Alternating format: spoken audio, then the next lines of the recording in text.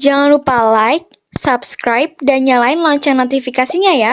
Salam sepak bola, sahabat bola mania. Salam jumpa lagi dalam Bola Mania Channel bersama Yosef Tortulis. Tim nasional Under 16 berhasil membungkam Filipina 2-0 dalam laga perdana Piala AFF 2022 2 hari lalu. Sesuai janji Bima Sakti, arsitek tim Indonesia, tim Garuda tampil bermain agresif, ofensif khas Indonesia, yaitu bermain cepat dengan bola-bola pendek, lalu dikombinasikan dengan long passing ke jantung pertahanan maupun kedua sisi pertahanan Filipina. Ketika kehilangan bola, para pemain Indonesia langsung menekan pemain-pemain Filipina di daerah Filipina sendiri, sehingga pemain-pemain Filipina kesulitan untuk mengembangkan permainan. 4 back Indonesia hampir kita lihat sepanjang pertandingan berdiri di sekitar garis tengah, mempressing pemain-pemain Filipina untuk berada di daerah pertahanan mereka.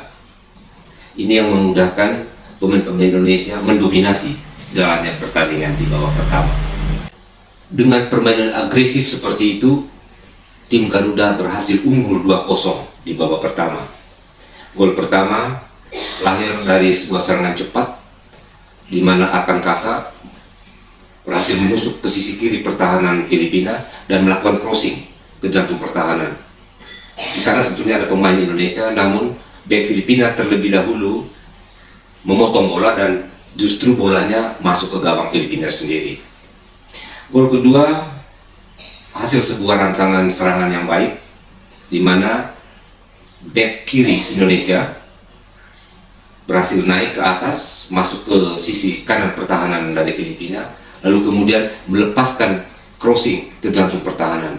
Di sana sekali lagi Akan Kakak mampu menempatkan posisi, mengambil posisi dengan baik, dan dengan sebuah sontekan yang manis berhasil mengecoh kiper Filipina. Di babak kedua, tim Garuda semakin mendominasi. Serangan bertubi-tubi dilancarkan Akan Kakak dan kawan-kawan, baik lewat kedua sayap maupun langsung ke jantung pertahanan Filipina. Sayang bahwa sejumlah peluang emas di babak kedua gagal berbuah gol, sehingga hasil akhir pertandingan tetap bertahan 2-0 untuk Indonesia. Secara keseluruhan, tim asuhan Bima Sakti telah menunjukkan karakter permainan yang menjanjikan. Artinya dengan persiapan sekitar 2,5 minggu dan hanya melakukan uji coba dengan tim lokal, yaitu tim Porda Jogja Under 18, tim Porda Sleman, dan juga Mataram Utama, tim asuhan Bima Sakti tampil cukup menjanjikan. Iqbal Kuangge dan kawan-kawan tampil lumayan bagus, lumayan agresif, dan memiliki karakter permainan yang khas. Dengan kualitas permainan seperti itu di laga pertama dan anak-anak berusia 14-15 tahun, saya agak terkejut ketika membaca berita bagaimana Ketua Umum PSSI Muhammad Iriawan seperti kecewa, lalu meminta Direktur Teknik Indra Safri untuk mendatangi Bima Sakti untuk memberi masukan ataupun membimbing Bima Sakti. Bagus-bagus saja untuk tanggung jawab Ketua Umum PSSI dan melalui Direktur Teknik, tetapi pertanyaannya, mengapa maksud baik itu diangkat ke media?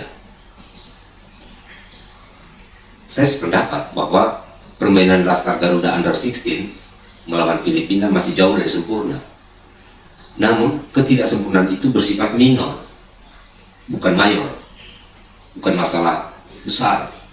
Misalnya, serangan bertubi-tubi yang dilakukan sering terburu-buru dan eksekusi peluang tergesa-gesa, sehingga cukup banyak peluang di daerah pertahanan atau di sekitar gawang Filipina terbuang percuma.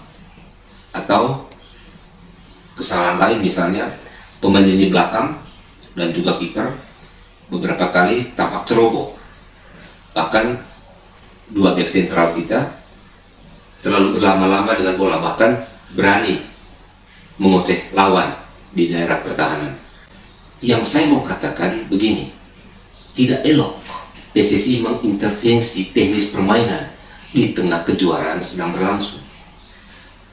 Evaluasi seharusnya dilakukan saat masa persiapan, termasuk 3 kali uji coba 2-3 minggu menjelang kejuaraan Piala AFF. Waktu itu tim Asuhan Bima Sakti melakukan uji coba melawan tim Porda Yogyakarta. Saat itu mereka kalah 0-2, kemudian menang 5-0 melawan tim Porda Sleman, dan menang 7-0 melawan tim Mataram Utama Under 18. Tentu Ketua Umum PSSI bermaksud baik, yaitu meminta Indra Safri berdiskusi, memberi masukan kepada pelatih Bima Sakti. Tetapi menjadi berbeda tatkala sang Ketua Umum menyampaikan maksud baik itu di media massa, bahwa dirinya telah meminta Indra Safri untuk berdiskusi dengan Bima Sakti untuk membenahi kelemahan-kelemahan yang ada. Maksud baik yang disampaikan dengan cara kurang baik berpotensi menghasilkan sesuatu yang juga kurang baik. Saya sendiri menilai filosofi, gaya, dan taktik permainan yang ditampilkan oleh timnas Under 16 saat melawan Filipina sudah on the track. Indikasinya, dengan cara bermain seperti itu, para pemain tampil percaya diri, enjoy, mereka berani melakukan manuver-manuver dan penuh determinasi sepanjang laga. Stamina pemain juga cukup baik, terbukti intensitas serangan mereka di babak kedua masih cukup tinggi. Semua itu modal positif untuk pengembangan tim ini di masa datang. Hanya memang ada beberapa kelemahan minor yang harus diperbaiki menjelang pertandingan melawan Singapura dan Vietnam di 2 laga sisa babak penyisihan grup A. Pertama, pressing kolektif harus lebih rapat antar lini maupun antar pemain. Dengan demikian, para pemain tidak harus berlari terlalu jauh yang menguras tenaga saat melakukan transisi positif maupun transisi negatif, karena jarak antar pemain saling dekat. Kelemahan minor yang kedua, saat para pemain kita menguasai bola, pemain di lini tengah maupun depan terlalu terburu-buru melepas umpan ke teman yang sebetulnya belum dalam posisi yang ideal, sehingga cepat hilang bola dan beberapa peluang gagal dikonversi menjadi gol. Bahkan beberapa pemain saya cermati terlalu memaksakan diri untuk mengeksekusi peluang ke gawang Filipina, padahal secara teori gol bisa tercipta jika pemain berada di posisi yang tepat, maksudnya berada di posisi yang tepat di mulut gawang lawan, dan kecepatan bola juga datang pada saat yang tepat dengan kecepatan yang tepat. Kelemahan minor yang ketiga, saya melihat bahwa serangan fullback kiri di babak pertama cukup agresif dan berani menusuk ke sisi kanan pertahanan lawan maupun sesekali menusuk ke dekat daerah 16.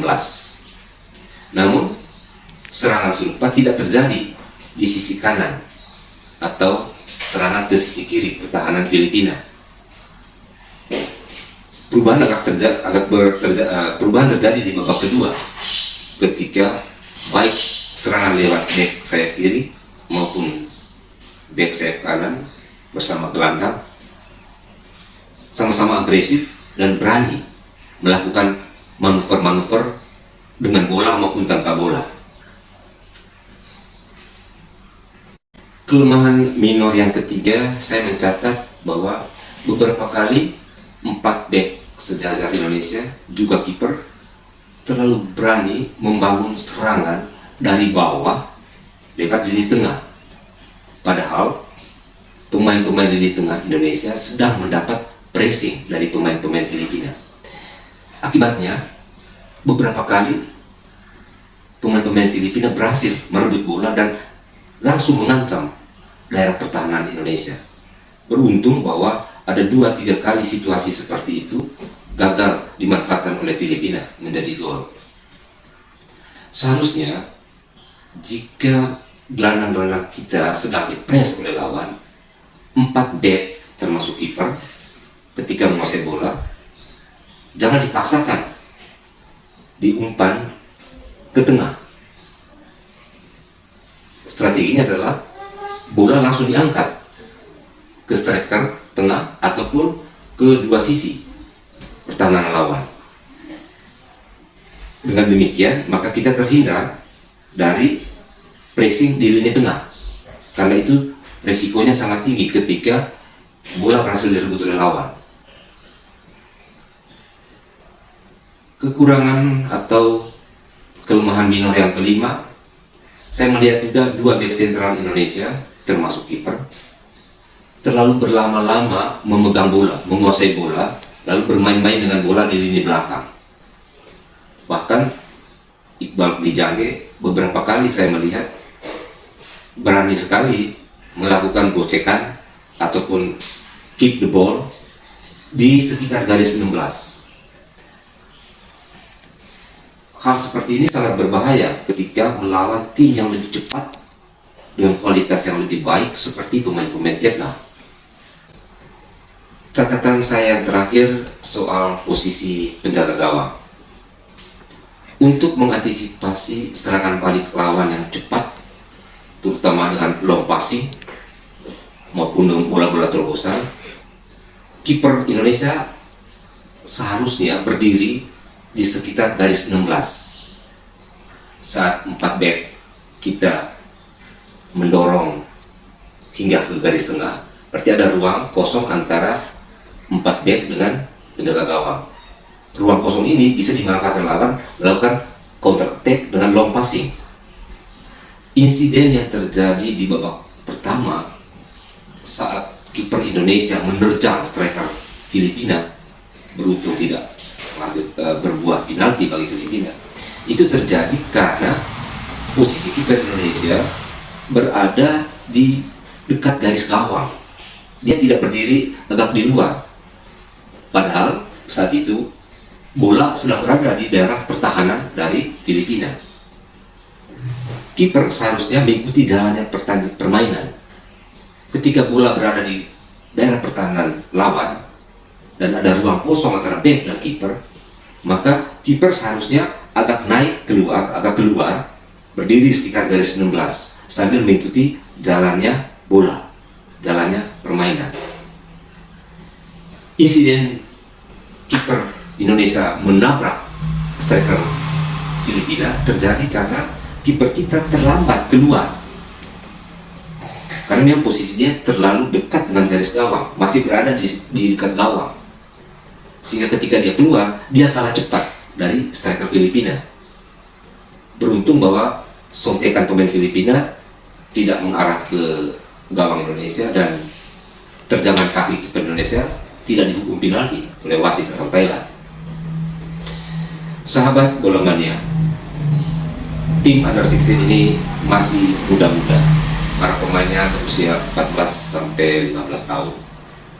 Walau begitu, mereka sudah tampil dengan karakter yang cukup menjanjikan saat melawan Filipina. Mereka hanya butuh jam terbang internasional untuk bisa berkembang lebih jauh. Dan melawan Singapura besok malam atau malam ini menjadi ajang pematangan sebelum laga hidup mati melawan Vietnam tanggal 6 Agustus. Artinya partai melawan Singapura dijanjikan oleh pelatih Bima Sakti sebagai ajang bagi tim asuhannya untuk lebih mematangkan lagi atau memperbaiki kelemahan yang terjadi saat melawan Filipina. Jika itu mampu dimanfaatkan, maka kita berharap bahwa saat melawan Vietnam, tim ini menjadi lebih matang, menjadi lebih baik, sehingga bisa memenangkan pertandingan terakhir melawan Vietnam.